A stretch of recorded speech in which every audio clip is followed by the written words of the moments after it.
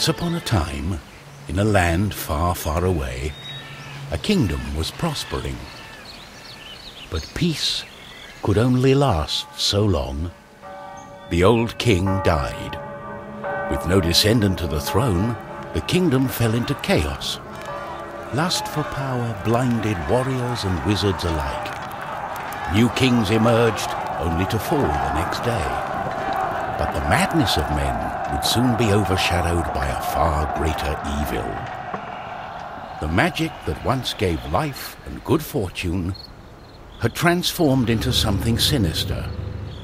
One by one, grave by grave, the dead began to rise, feeding off the energy that grew stronger with each passing night. Fear spread throughout the kingdom, and it was soon abandoned. But something was about to happen that would change the course of history. On the outskirts of the kingdom, near the Astral Academy, a thief carried out her cunning plan. She had learned of an ancient object of tremendous value. The Astral Academy, left to rot in the face of the terrible enemy, had no one to keep the treasure safe. The time was right. Everything was perfect. She had made her way to the castle and would soon lay her hands on the treasures she so desired.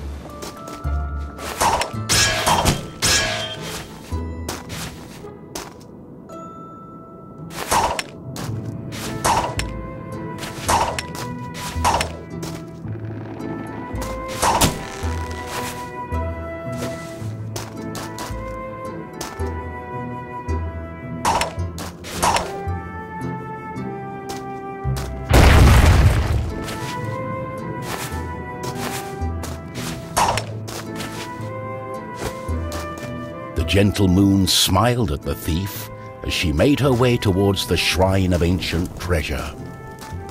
Strangely, the protective charms around the shrine allowed her to enter unharmed.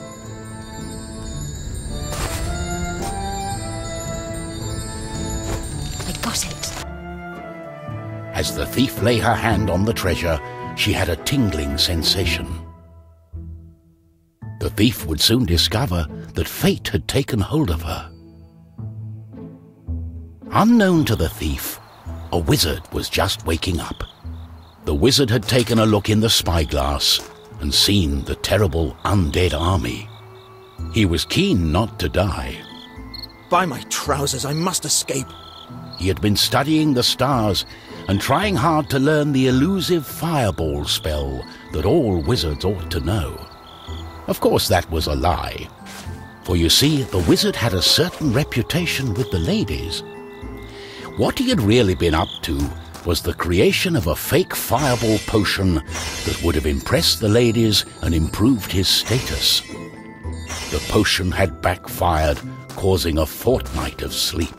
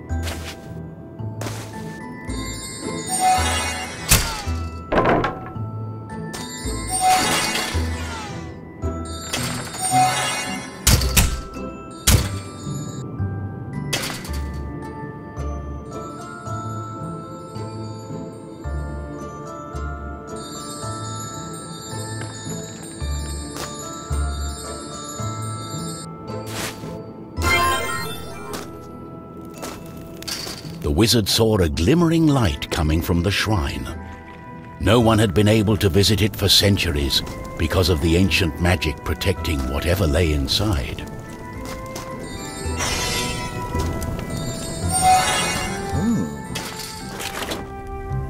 My darling, why the painful look on such a pretty face? What is this object you are holding on to? How did you get here? The wizard touched the thief's hand, and then the object. His hand got stuck. What kind of trickery is this? For once, the wizard was more interested in magic than anything else. He was also afraid for his dear life. But there was someone nearby who welcomed a challenge.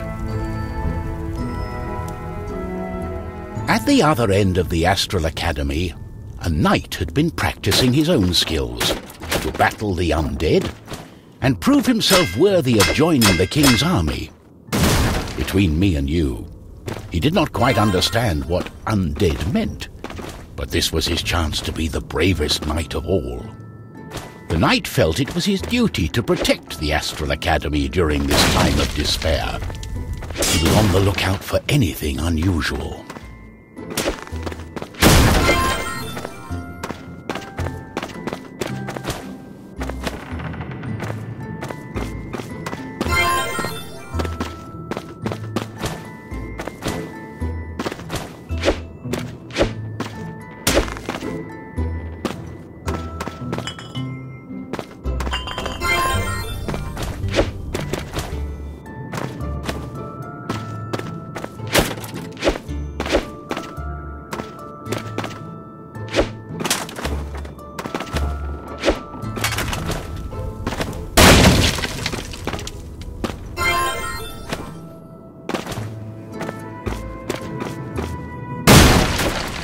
Oh! What's this?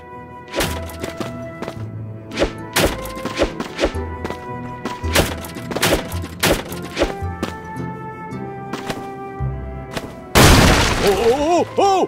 What's going on?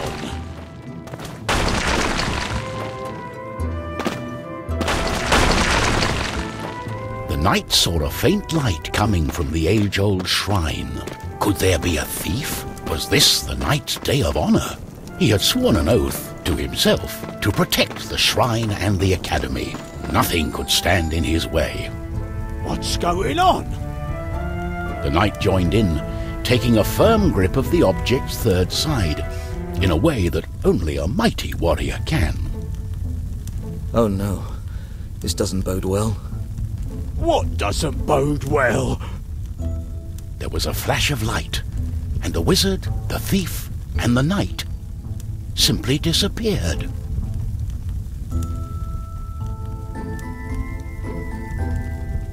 Our new heroes were overwhelmed by the effect of the mysterious object. The wizard tried hard to remember everything he'd learned of the shrine and its artifact. His mind raced through ancient tales and legends. Finally, the wizard remembered. The treasure, the ancient object, was a device that could bind souls together. How it worked, he did not know. But he knew that it was connected to the legend of the Guardian, whose earthly remains had been buried in the catacombs deep underneath the Astral Academy. The tomb resided right below the shrine. The wizard could not explain it, but he was sure the object was called the Trine. The knight didn't care. A more pressing concern was on his mind.